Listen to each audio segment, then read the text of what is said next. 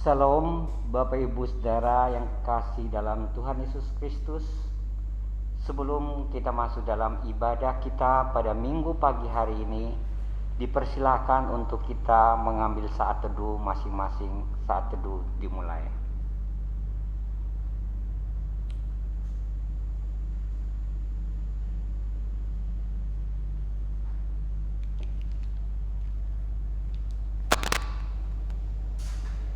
Bapak Ibu jemaat yang kekasih, selamat beribadah di hari Minggu.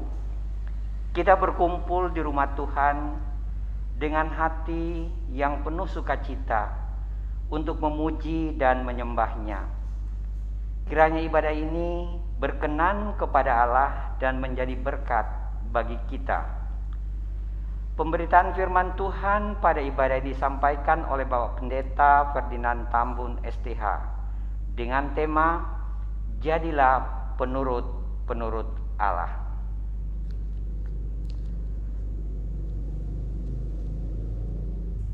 Ajakan beribadah.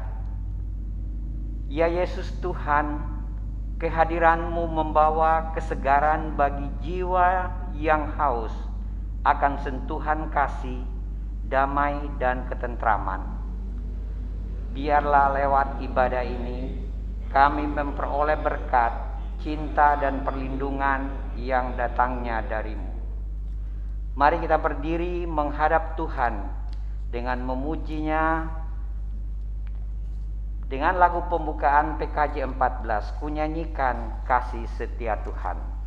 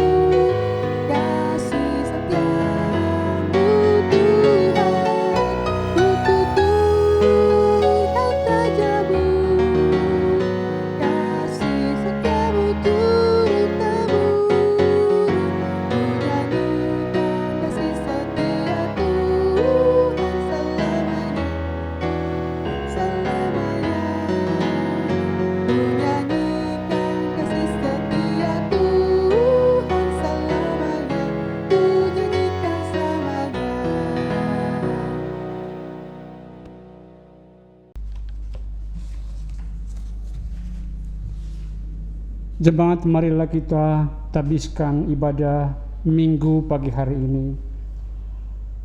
Pertolongan kita adalah di dalam nama Tuhan yang menciptakan langit dan bumi, yang kasih setianya kekal selama-lamanya, dan yang tidak meninggalkan pekerjaan tangannya.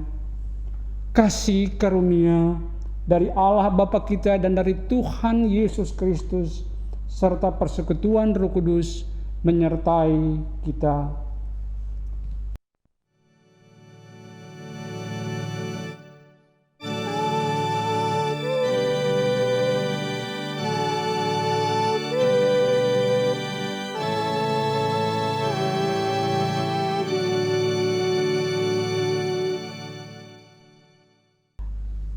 Adapun nats pembimbing dalam ibadah Minggu pagi hari ini diambil dari Efesus 5 ayat 1 sampai 2 demikian. Sebab itu jadilah penurut-penurut Allah seperti anak-anak yang kekasih, dan hiduplah di dalam kasih sebagaimana Kristus Yesus juga telah mengasihi kamu dan menyerahkan dirinya untuk kita sebagai persembahan dan korban yang harum bagi Allah. NKB 189.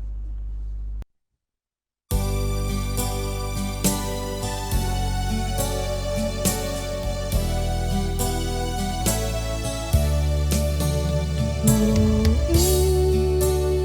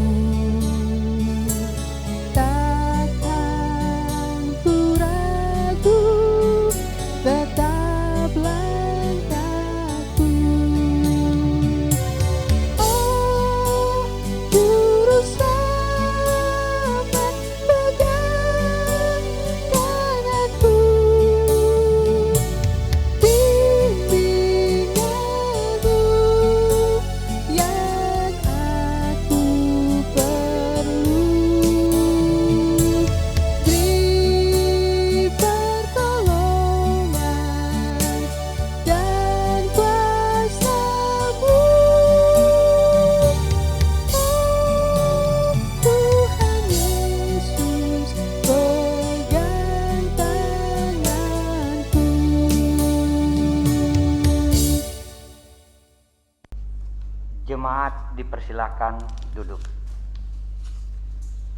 Bapak Ibu Saudara yang kekasih dalam Tuhan Yesus Kristus, kita masuk di dalam pengakuan dosa. Bapa di dalam sorga, kami sadar Engkau dapat memalingkan wajah-Mu dari dosa-dosa kami, karena Engkau telah memalingkan wajah-Mu dari anak-Mu yang tunggal, Yesus Kristus, ketika disalib. Ampuni kami Tuhan, karena kerap kali kami melupakan betapa berharganya pengorbanan Kristus untuk menebus kami. Ampuni kami, karena kami memberikan terlalu sedikit perhatian pada persekutuan dengan Engkau. Kami menghabiskan banyak perhatian, energi dan gairah kami pada hal-hal yang kami tempatkan lebih utama dari Engkau. Kami sadar akan pelanggaran kami ya Tuhan, dan kami bergumul dengan dosa-dosa kami. Tuhan, berikanlah kepada kami kehancuran hati yang sejati, bukan kekecewaan, keputusasaan, atau kepahitan karena telah berbuat dosa, tetapi menyadari betapa kami adalah pendosa yang butuh anugerah-Mu. Seperti Daud, kami mohon tahirkanlah hati kami ya Tuhan, dan perbaharuilah batin kami dengan Roh-Mu. Bangkitkanlah kembali pada kami kegerangan karena selamat yang daripada-Mu. Di dalam nama Tuhan Yesus Kristus, penebus kami yang hidup. Amin. Kita sambut pengakuan dosa dengan Kidung Jemaat 354 dengan Lembut Tuhanku.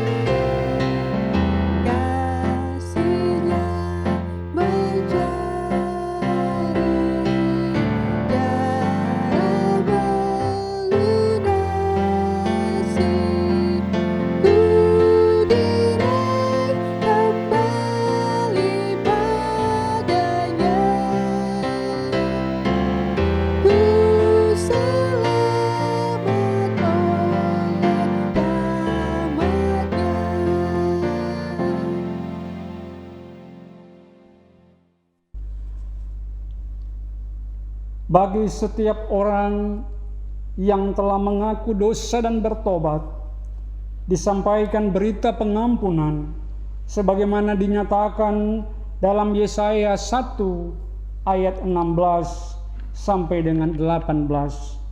Demikian, basuhlah, bersihkanlah dirimu, jauhkanlah perbuatan-perbuatanmu yang jahat dari depan mataku. Berhentilah berbuat jahat, belajarlah berbuat baik, usahakanlah keadilan, kendalikanlah orang kejam, belahlah hak anak-anak yatim, perjuangkanlah perkara janda-janda. Marilah, baiklah kita berperkara firman Tuhan. Sekalipun dosamu merah seperti kirmisi, akan menjadi putih seperti salju. Sekalipun berwarna merah seperti kain kesumba, akan menjadi putih seperti bulu domba. Demikianlah berita anugerah dari Tuhan. Syukur kepada Tuhan. Amin. Kita aminkan berita anugerah dengan menyanyi mengalir dalam hatiku.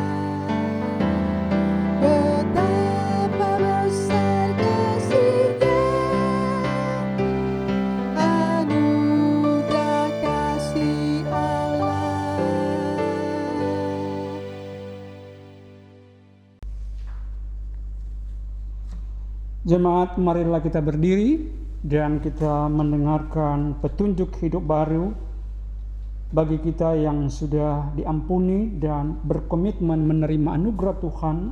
Dengarkanlah berita anugerah Tuhan, petunjuk hidup baru dari 1 Yohanes 2 ayat 3 sampai dengan ayat yang ke-6.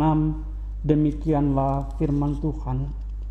Dan inilah tandanya bahwa kita mengenal Allah, yaitu jikalau kita menuruti perintah-perintahnya.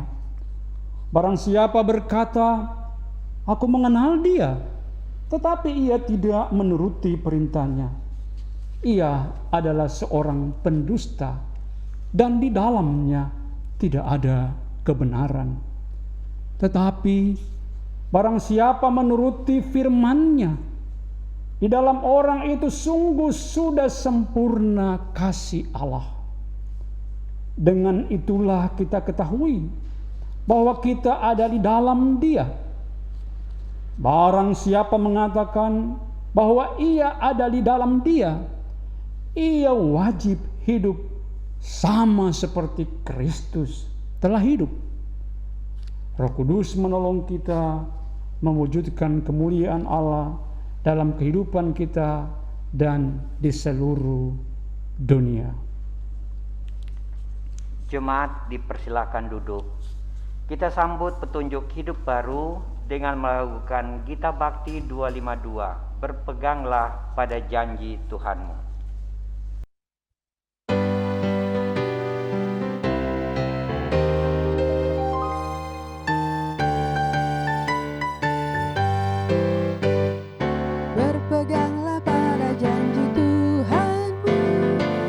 Sepanjang masa ia beserta, angkatlah pujian puji namanya, berpeganglah pada janjinya, jangan bimbang, berpeganglah pada janji juru selamat, jangan bimbang,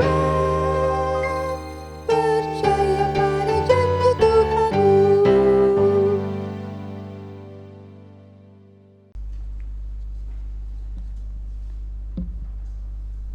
Jemaat, mari kita persiapkan seluruh kehidupan kita untuk menyambut pemberitaan firman.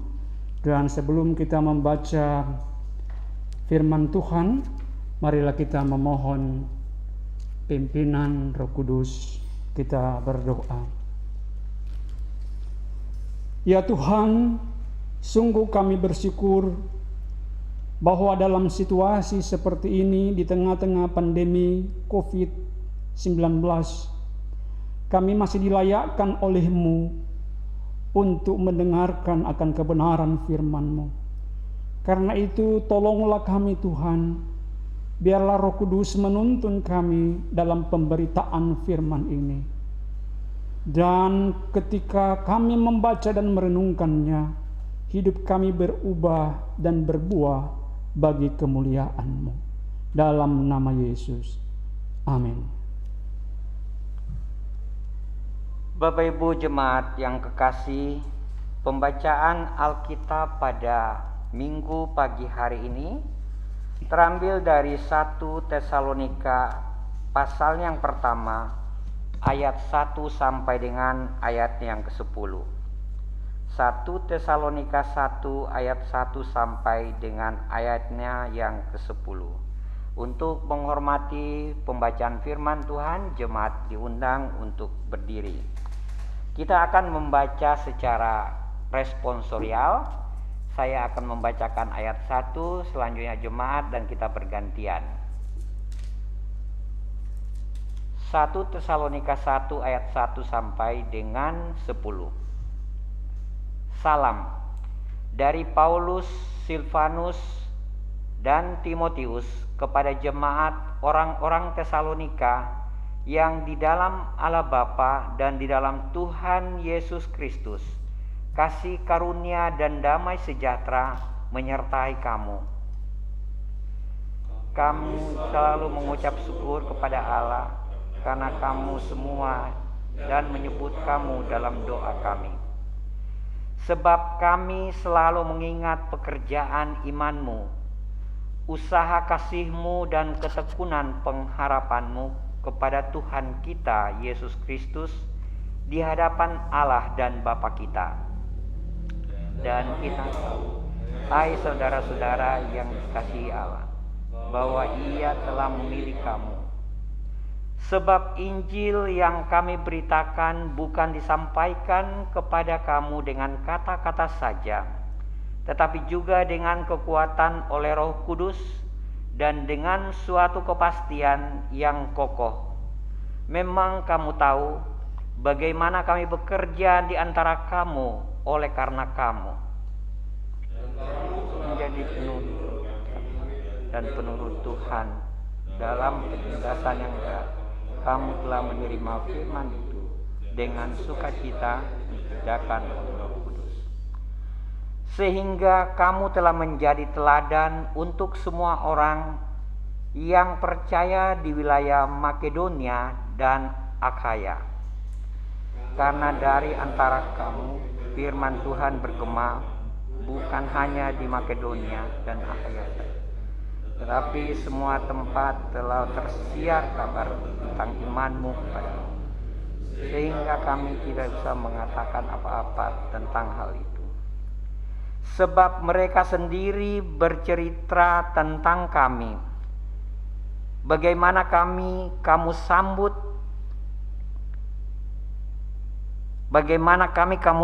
dan bagaimana kamu berbalik dari berhala kepada Allah untuk melayani Allah yang hidup dan yang besar, yang benar.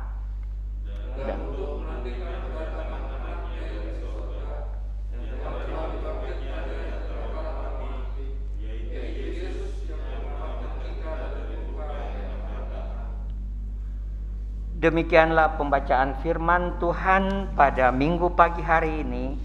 Yang berbahagia ialah mereka mendengar firman Allah yang memelihara dengan setia.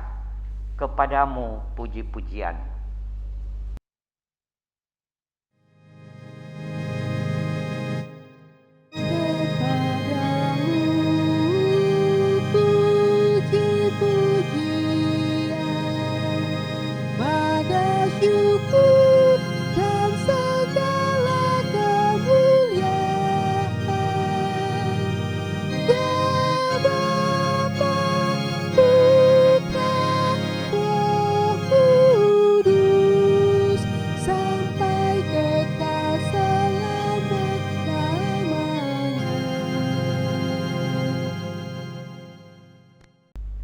Jemaat dipersilakan duduk kembali.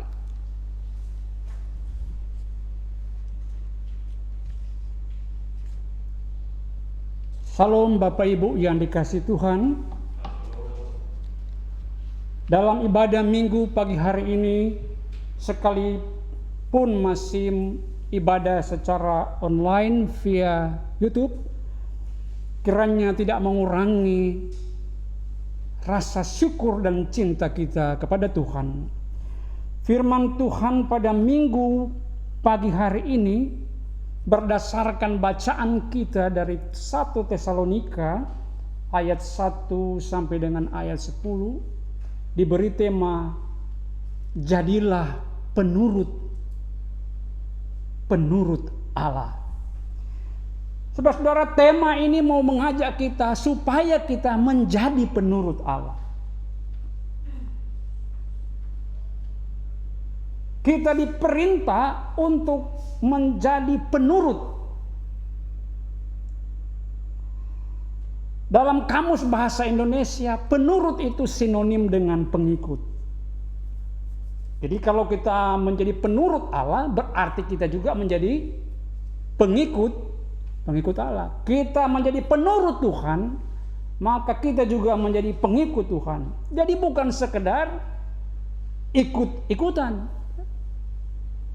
Dalam banyak peristiwa, banyak orang yang ikut tapi tidak mengerti sebenarnya arah dan tujuan kenapa dia ada di situ. Sebagai contoh, ya, banyak orang melakukan demonstrasi tetapi dia tidak tahu apa maksudnya. Itu berarti ikut-ikutan. Tapi dalam bacaan kita mau menunjukkan bukan sekedar ikut-ikutan. Kata penurut menunjukkan bahwa sebuah penaklukan diri untuk sepenuhnya mengakui pribadi yang lain yang memiliki kualifikasi, yang memiliki otoritas lebih daripada saya. Karena ada oknum yang memiliki kualifikasi tertentu, lebih tinggi, lebih hebat dari saya, maka saya menempatkan diri saya ditaklukkan oleh kuasa yang lebih tinggi itu. Nah, itulah kata penurut. Sehingga pada akhirnya langkah selanjutnya saya mengikutinya. Saya menjadi pengikut. Saudara-saudara, dengan demikian menuruti atau mengikuti Tuhan, sepenuhnya Tuhan yang memerintah. Itulah kita mau diarahkan pada tema ini. Sebenarnya dengan mengikuti menurut Tuhan berarti sepenuhnya Tuhan memerintah kita. Maka sikap saya tidak bisa lain kecuali patuh, kecuali taat. Contoh Abraham. Abraham disebut bapa orang beriman. Siapa lagi? Sebelumnya ada Nuh. Nuh disebut orang yang bergaul dengan Tuhan. Itu berarti apa? Dia mengikuti, dia menuruti Tuhan. Siapa lagi? Daud adalah orang yang disebut orang yang berkenan di hadapan Tuhan. Itu contoh-contoh mereka yang menjadi penurut-penurut Tuhan. Bagaimana di Perjanjian Baru? Para rasul pergi memberitakan Injil. Ini menunjukkan bahwa mereka menempatkan diri dalam kepatuhan, dalam ketaatan. Jadi sebenarnya substansi penurut itu berarti ada ketaatan. Para rasul pergi karena mereka diperintahkan. Setelah mereka diperintahkan, maka mereka dibekali dengan kualifikasi tertentu, otoritas yang datang dari surga. Mereka pergi memberitakan Injil Tuhan. Jelas, saudara-saudara, kewibawaan Tuhan mutlak untuk menaklukkan kedirian saya. Nah, ini di sini. Pada satu pihak saya tidak bisa untuk tidak menuruti Tuhan. Karena saya tidak punya kemampuan untuk menolaknya. Karena yang memiliki kualifikasi yaitu Tuhan itu, dia menarik, bahkan menaklukkan kedirian saya, menaklukkan kemanusiaan saya. Pada waktu Yesus merekrut murid-muridnya di tepi pantai, tidak ada. Semua mereka langsung mengatakan, mari ikut aku. Mereka segera meninggalkan pekerjaan mereka yang lama dan menjadi pengikut Tuhan. Jadi mengikut berarti ada satu proses perpindahan, meninggalkan yang lama dan memasuki seluruh kehidupan baru. Bagaimana kalau tidak menuruti? Bagaimana kalau tidak menjadi pengikut Tuhan?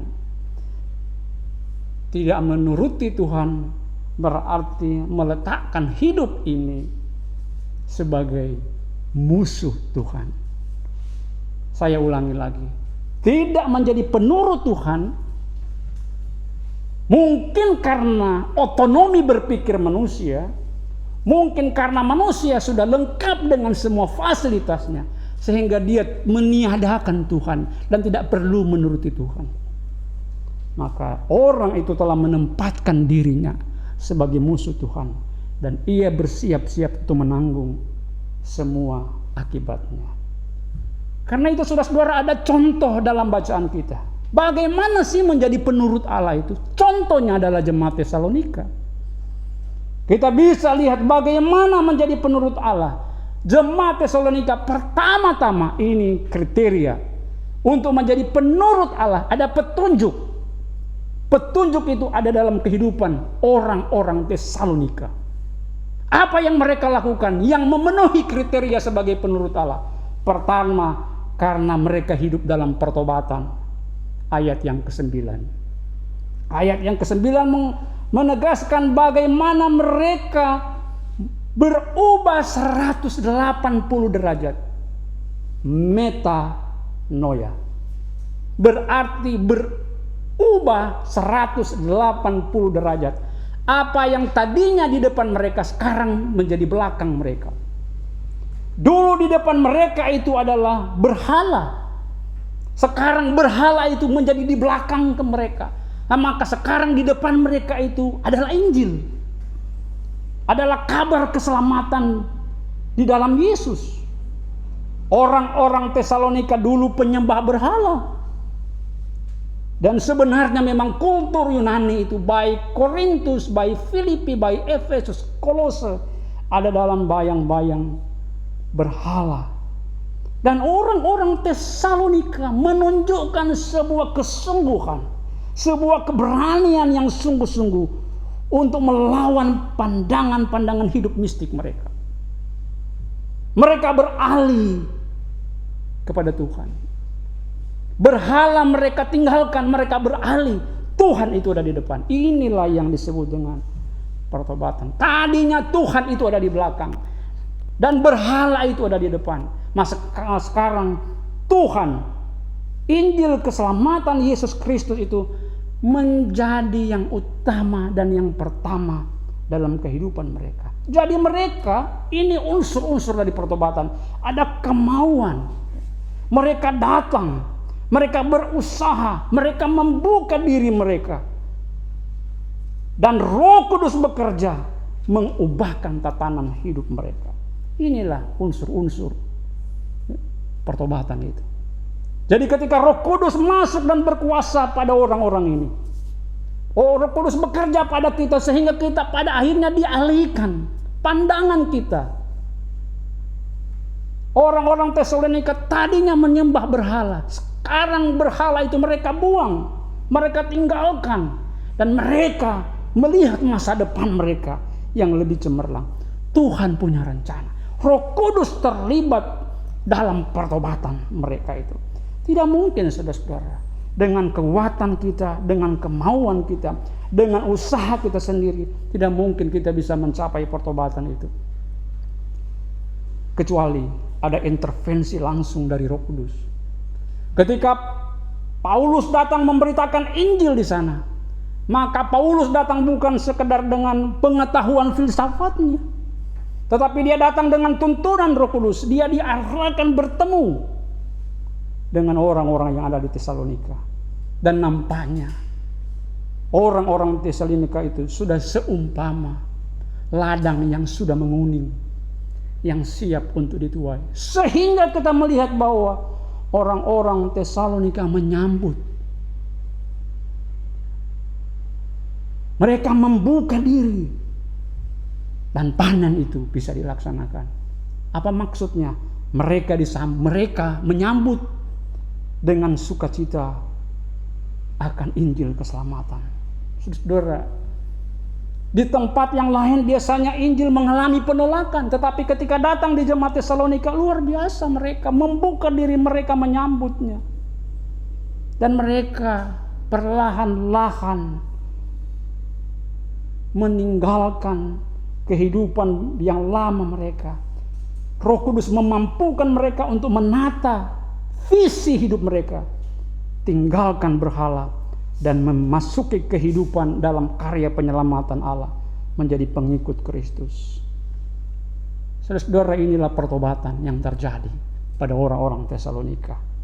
Karena itu kita bisa melihat pada ayat yang ke-9 bahwa ketika mereka dulunya berhala dan meninggalkan itu berhala itu menunjukkan bahwa ternyata ciri pertobatan itu adalah menyambut Tuhan, ya, menjadikan kehendaknya, seluruh kehendaknya sebagai pandangan hidup saya. Itu nah.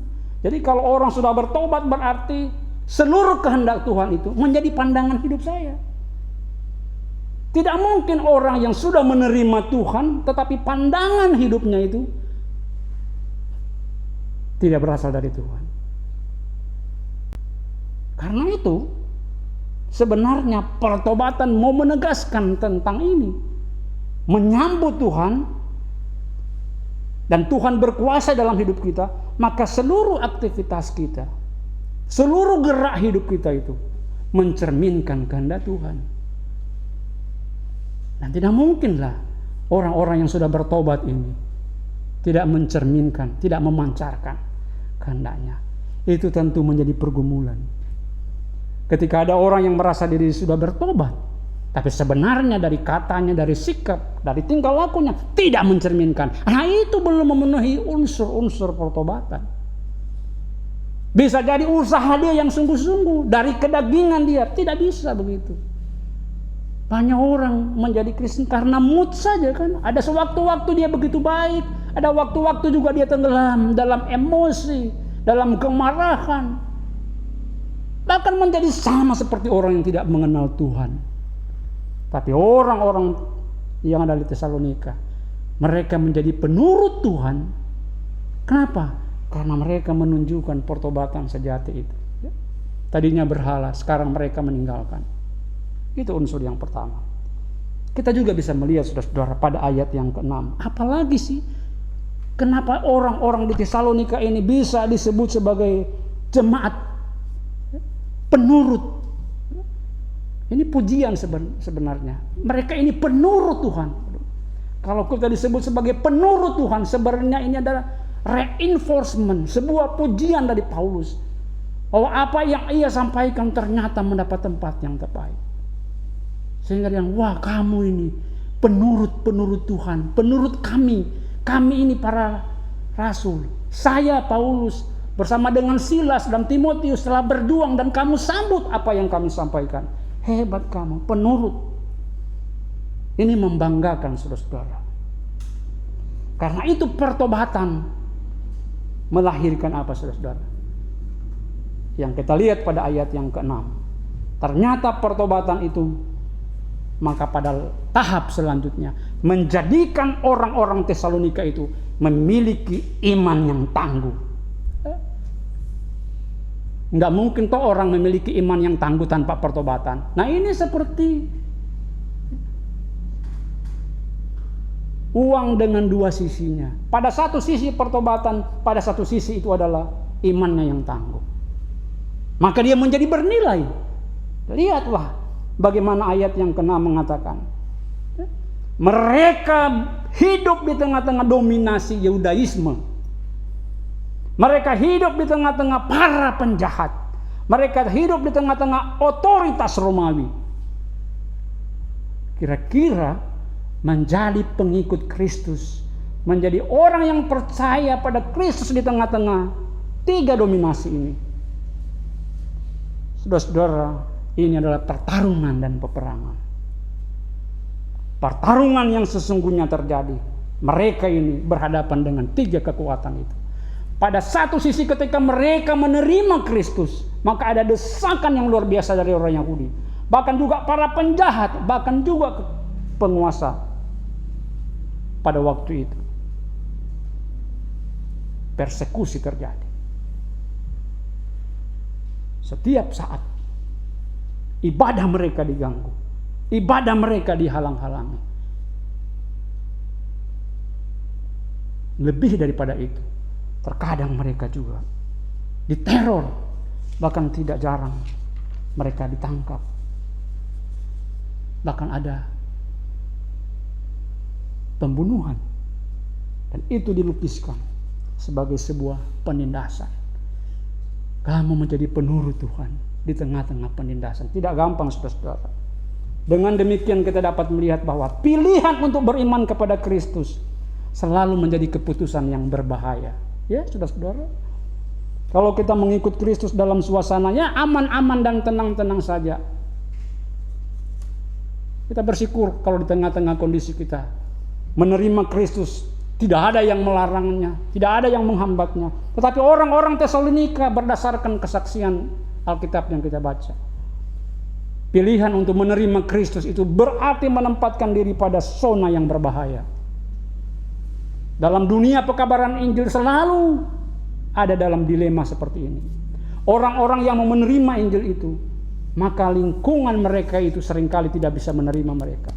Orang-orang Tesalonika ketika mereka menerima Kristus, mereka diteror oleh para penjahat. Mereka diteror oleh penguasa agama pada waktu itu, Yudaisme. Dan pemerintah secara politik ikut juga menghalang-halangi mereka. Tidak nyaman beribadah, saudara-saudara. Tidak enak. Sehingga pasti secara kedagingan mereka mungkin berpikir, aduh kalau begitu, lebih baik saya tidak menjadi orang Kristen. Karena saya dari semua sudut mendapatkan tekanan. Tidak merdeka kami. Menjadi Kristen, menjadi orang Kristen, ternyata hidup jauh dari kesejahteraan. Tapi justru dalam penindasan, dalam penderitaan. Karena itu, saudara-saudara, keputusan untuk menerima Kristus selalu menjadi keputusan yang berbahaya. Selalu bahaya-bahaya itu muncul dalam sosiopolitik, bahkan juga keagamaan. Bahkan tidak sungkan-sungkan untuk menangkap dan membunuh mereka. Ini kenyataannya, saudara-saudara. Lalu bagaimana? Apakah orang-orang Tesalonika menyerah? Atau mereka bertahan? Saudara-saudara, ini kesaksian Alkitab.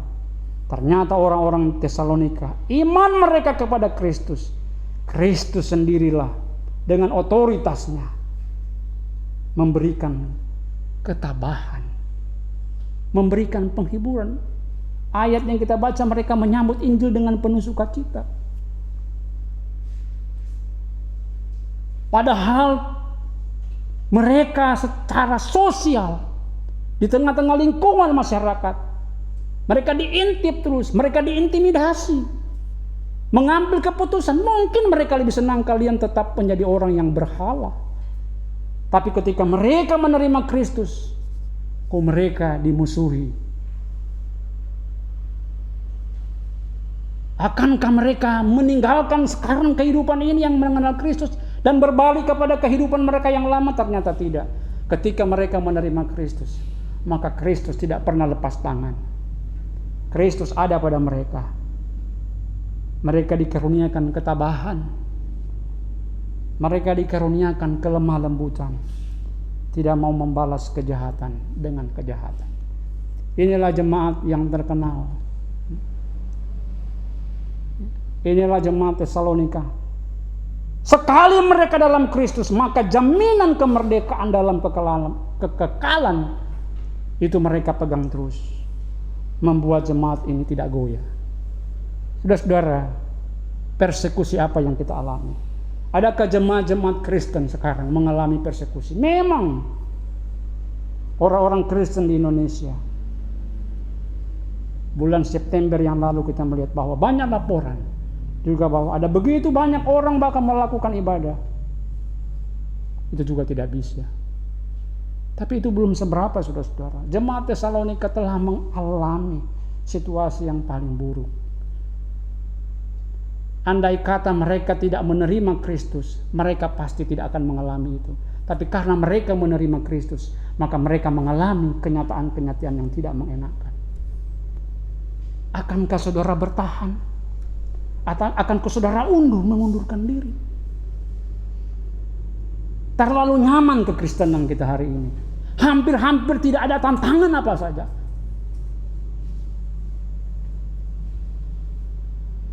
Kenapa mereka bisa bertahan? Kenapa mereka tidak goyah? Karena Kristus membela mereka. Inilah iman. Iman bukan kata-kata, tapi iman berarti merasakan. Merasakan Kristus itu ada. Saya nggak bisa, saya nggak sanggup. Secara kedagingan saya tidak bisa menghadapi kenyataan ini. Persekusi yang begitu menyakitkan. Ya namanya saja persekusi, pasti tidak mengenakan. Tapi kenapa mereka masih bertahan? Karena Kristus. Inilah kekuatan Tuhan yang hidup. Adakah saudara-saudara merasakan kekuatan Kristus dalam hidup saudara-saudara? Dalam tekanan, dalam zona yang mengerikan. Saudara tidak tahu bisa berbuat apa. Tetapi Kristus memberikan saudara apa? Kekuatan. Kristus hadir kepada saudara-saudara, memberikan saudara ketabahan, memberikan saudara kesabaran, memberikan saudara hikmat bagaimana saudara bersikap. Dan coba lihat orang Tesalonika, mereka tabah, mereka lemah lembut, dan mereka tidak menentang. Mereka hanya berharap Tuhanlah yang membalas. Karena itu pandangan iman mereka itu, bagaimana kalau Tuhan datang nanti, supaya Tuhan segera mengangkat kehidupan kami orang yang percaya. Saudara, iman terlihat nyata dan berkuasa jika kita berada dalam tekanan. Iman itu seolah-olah menjadi lebih berfungsi kalau mengalami tekanan. Justru sebaliknya, suasana yang nyaman seringkali banyak orang kehilangan iman. Ini bukan berita baru. Tawaran-tawaran yang menyenangkan, pangkat jabatan, kenyamanan secara ekonomi, maka iman itu bisa gugur. Walaupun pertanyaannya, akankah iman itu gugur? Akankah Kristus undur dari orang itu? Atau orang itu undur dari Kristus dan menjadikan dunia ini pilihan-pilihan dia? Padahal kalau orang sudah ada dalam Kristus tidak pernah mungkin menurut Yohanes. Orang itu sudah tinggal di dalam Yesus, yang Yesus tinggal di dalam orang itu tidak mungkin. Kalau dia bisa meninggalkan, itu berarti belum menunjukkan pertobatan. Sebenarnya belum sepenuhnya. Iman Kristen berarti menuruti Kristus, yang berarti meraih kekuatannya ini. Jadi orang yang beriman berarti ada kekuatan Kristus. Untuk apa saudara-saudara? Ini yang harus saudara-saudara ketahui. Iman yang saudara miliki itu, Kristus yang ada saudara dalam hidup saudara-saudara, digunakan untuk berperang. Berperang di dalam dunia ini. Karena itu kita disebut dengan apa? Laskar, prajurit Kristus. Saudara-saudara, itulah jemaat Tesalonika. Mereka memiliki hidup dalam pertobatan. Pertobatan mereka melahirkan iman yang tangguh. Itu sebabnya mereka disebut penurut-penurut Allah. Dan yang terakhir, apakah iman mereka tidak ada pengaruhnya? Ternyata saudara-saudara kita lihat, ini yang ketiga, yang terakhir. Iman mereka itu menjadikan mereka itu apa? Teladan bagi jemaat yang lain. Disebutkan di situ bahwa pengaruh mereka itu sampai ke mana saudara-saudara? Sampai ke Akhaya, sampai ke Makedonia. Jadi ini orang Tesalonika, orang yang percaya kepada Tuhan itu betul-betul menjadi surat Kristus. Ada influence, ada pengaruh kepada yang lain. Jadi orang yang beriman kepada Kristus itu dia menularkan nilai-nilai Kristus kepada yang lain.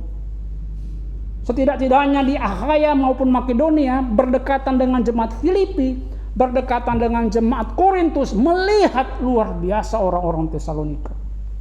Pertobatan mereka dari berhala, iman mereka yang tangguh dari musuh mereka Yahudi Roma penjahat, membentuk personalitas jemaat ini sebagai jemaat Tesalonika dengan apa? Teladan. Jadi teladan ini bersumber dari apa? Iman yang tangguh. Iman yang tangguh itu bersumber dari apa saudara? Pertobatan.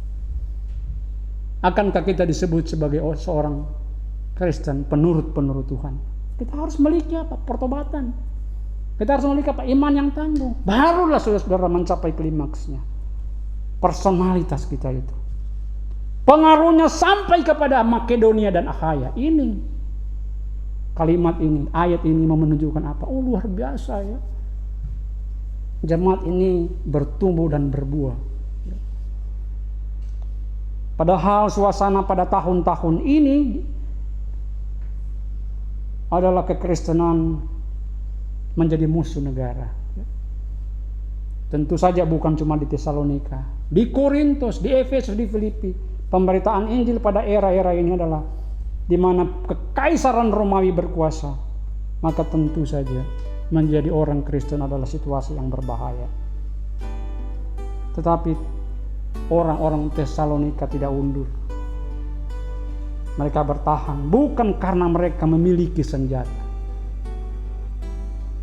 tapi karena mereka memiliki Kristus dan Kristus memiliki kita. Amin, saudara-saudara. Kita bertahan bukan karena kita punya senjata untuk melawan musuh kita. Kita bisa bertahan karena Kristus dan Kristus memiliki kita. Inilah kekristenan. Itulah unsur-unsur yang memenuhi penurut-penurut Tuhan. Luar biasa jemaat Tesalonika. Mereka hidup dalam pertobatan. Pertobatan mereka melahirkan iman yang tangguh. Dan pada akhirnya mereka menjadi teladan. Role model bagi jemaat yang lain. Bagaimana dengan saudara-saudara? Bagaimana dengan denominasi? Bagaimana dengan gereja? Bagaimana dengan kekristenan kita? Adakah unsur pertobatan? Adakah iman kita tangguh? Adakah kita berpengaruh bagi yang lain? Pikirkan baik-baik ini saudara. Jadilah penurut Allah. Jadilah penurut Tuhan. Tuhan Yesus memberkati kita. Amin.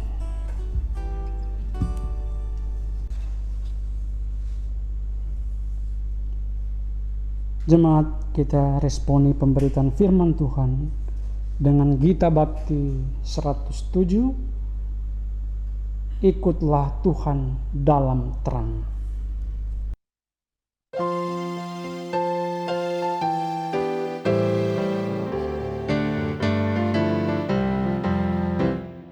Ikutlah Tuhan dalam terang, tinggalkan yang gelap.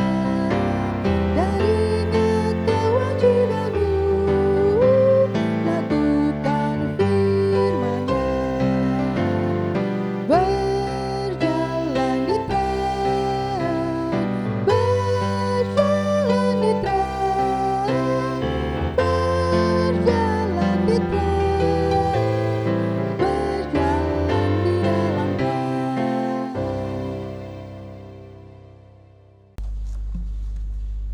Jemaat, mari kita berdiri bersama dengan orang percaya, gereja di sepanjang abad dan tempat. Dengan mulut marilah kita mengikrarkan pengakuan percaya kita seturut dengan pengakuan iman rasuli yang berkata, Aku percaya kepada Allah, Bapa yang Maha Kuasa, Halik langit dan bumi, dan kepada Yesus Kristus, Anaknya yang tunggal Tuhan kita, yang dikandung daripada Roh Kudus, lahir dari anak darah Maria, yang menderita di bawah pemerintahan Pontius Pilatus, disalibkan, mati dan dikuburkan, turun ke dalam kerajaan maut.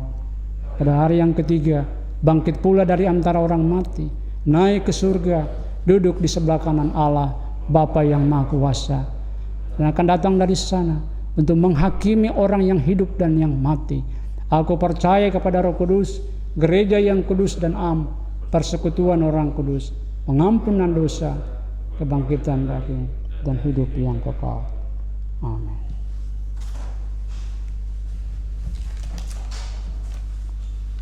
Jemaat, kita akan naikkan doa syukur dan doa syafaat dan diakhiri dengan doa Bapa kami. Mari kita berdoa. Tuhan pencipta dan pemilik kehidupan kami,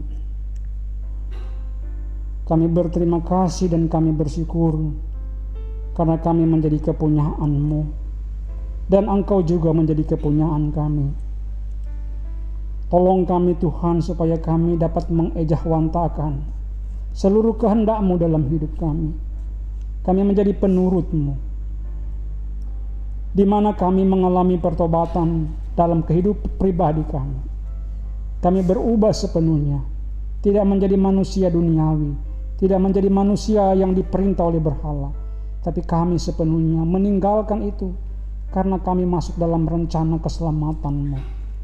Kehidupan kami bukan lagi kehidupan yang dikuasai oleh keinginan daging, tapi Roh Kudus mengarahkan kami. Roh Kudus tinggal mengatur, mengubah kehidupan kami, sehingga pada akhirnya kami memiliki pandangan hidup yang baru. Iman kami menjadi senjata bagi kami untuk bertahan, di mana penyerahan diri kami kepada Kristus menjadikan kami penurut akan Engkau. Dan pada akhirnya hidup beriman kami menjadi teladan bagi yang lain. Kami menjadi contoh bagi yang lain. Tuhan, terima kasih untuk firman-Mu, bagaimana jemaat Tesalonika menjadi penurut dan teladan. Terima kasih untuk contoh ini. Oleh pimpinan Roh Kudus, kami dimampukan untuk menjadi seperti jemaat Tesalonika. Kami menjadi teladan. Kami memiliki iman yang tangguh, bahkan kami hidup dalam pertobatan. Bapa di surga, Hamba menyerahkan pergumulan jemaat-Mu. Biarlah kasih Tuhan terus menjamah akan jemaat-jemaat-Mu.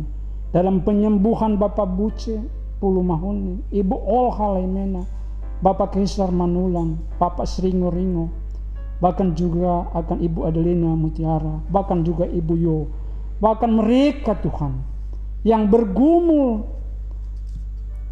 yang tidak kami sebutkan dalam doa ini, tapi mereka terbaring di rumah mereka, di rumah sakit, bahkan mereka juga sedang dilanda oleh COVID-19.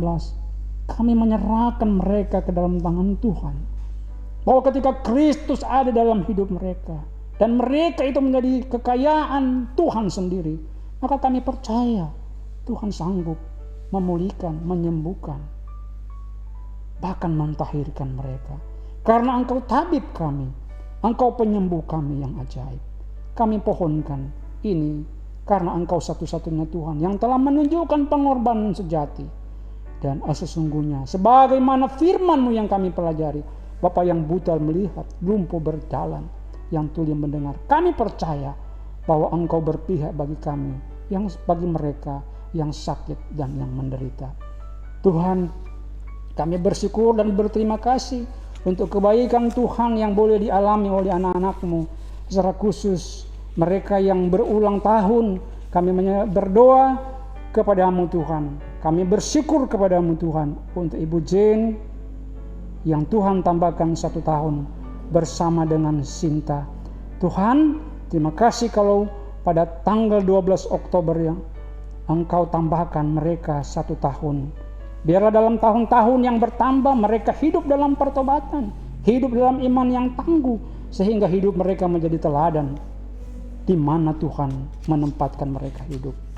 Terima kasih Tuhan, kami menyerahkan akan pergumulan tidak saja bangsa dan negara ini, tapi seluruh peradaban dunia yang dilanda pandemi COVID-19.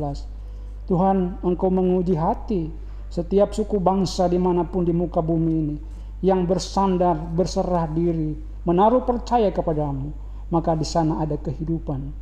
Karena itu, kami memohon, biarlah kaki dian itu, cahaya Injil itu masih ada di setiap suku bangsa dimanapun.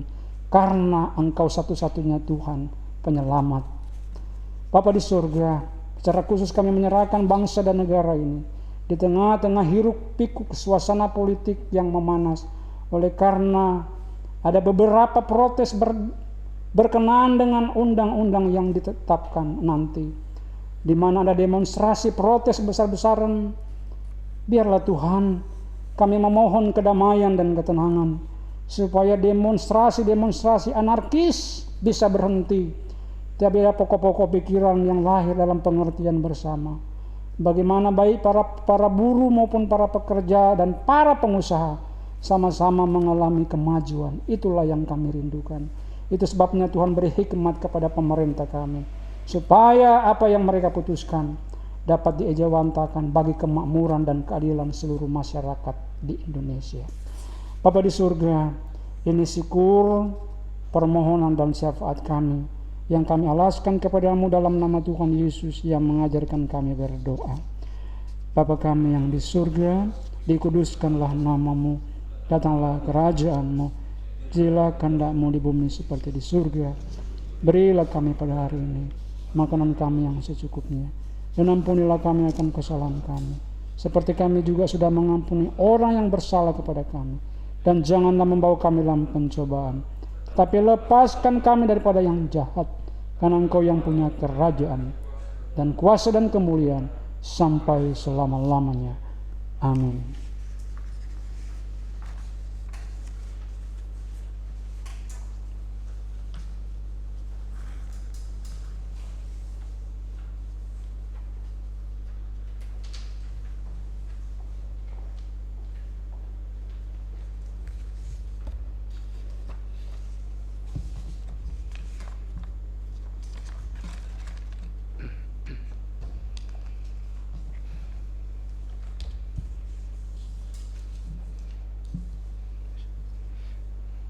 Saudara-saudara yang terkasih di dalam Tuhan Yesus Kristus, marilah kita mengungkapkan syukur kita kepada Tuhan dengan memberi persembahan kepadanya.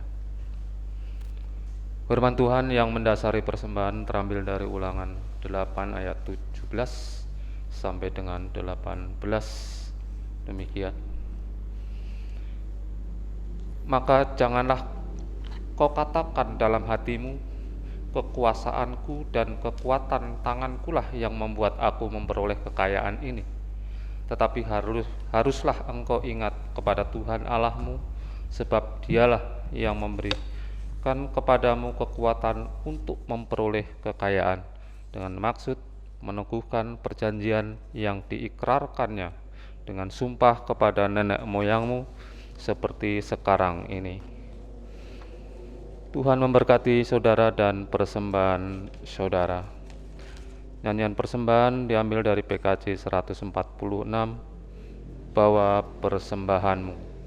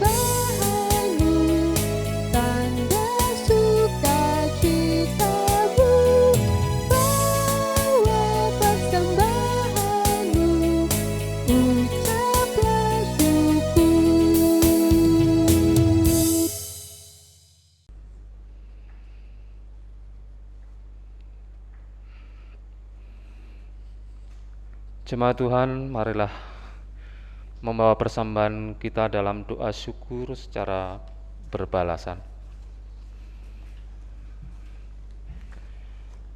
Ya Tuhan Allah, Engkau adalah sumber dari segala yang baik dan indah dalam kehidupan kami. Sebagian dari pemberian-Mu kami serahkan kembali kepadamu. Terimalah persembahan ini ya Tuhan, sebagai tanda pengakuan kami bahwa Engkaulah yang memiliki tubuh, jiwa, dan roh serta harta yang ada pada kami. Terimalah persembahan ini ya Tuhan, sebagai tanda syukur dan terima kasih sebab kami sudah menerima sangat banyak dari Tuhan. Terimalah persembahan ini ya Tuhan, sebagai tanda iman, sebab kami percaya Engkau menjamin masa depan dan mencukupkan segala kebutuhan kami, sehingga kami tidak perlu khawatir untuk memberi, berbagi, dan berkorban. Berkatilah persembahan yang kami kumpulkan ini ya Tuhan, untuk keperluan perluasan kerajaan-Mu di dunia ini. Amin.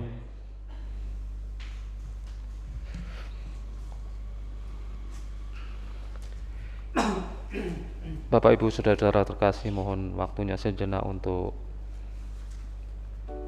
warta jemaat Minggu 18 Oktober 2020.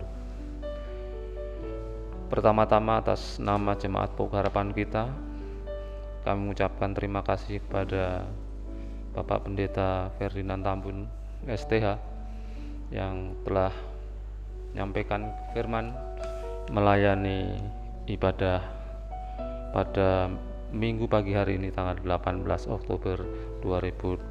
Kiranya Tuhan terus memberkati pelayanan Bapak dan keluarga.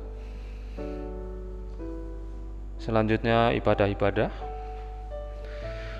Untuk ibadah Minggu, setiap minggu akan disiarkan liturginya melalui channel YouTube @Pok Harapan Kita.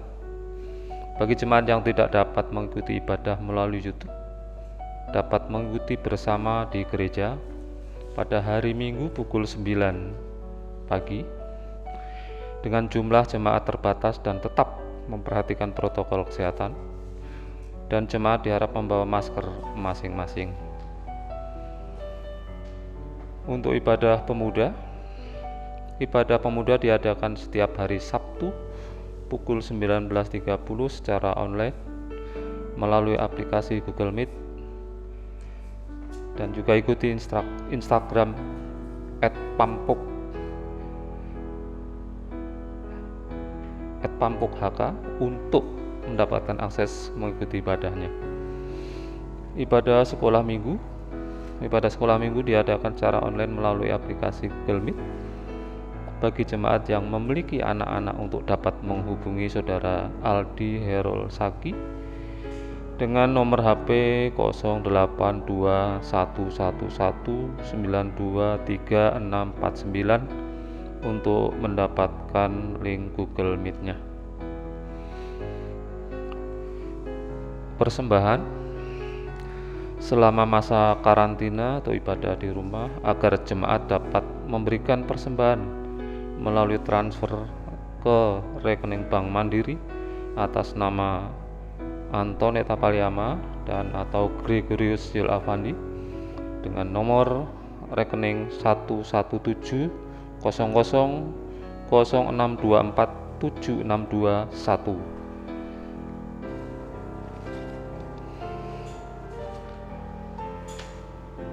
Ya, segenap majelis dan pelayan firman mengucapkan selamat ulang tahun kepada Ibu Jin Iren Tuapati Main dan anak kami Sinta Oktavina yang berulang tahun pada tanggal 12 Oktober 2020. Kiranya Tuhan memberkati Ibu Jin dan anak kami Sinta. Demikian warta Jemaat Minggu 18 Oktober 2020. Terima kasih atas perhatiannya.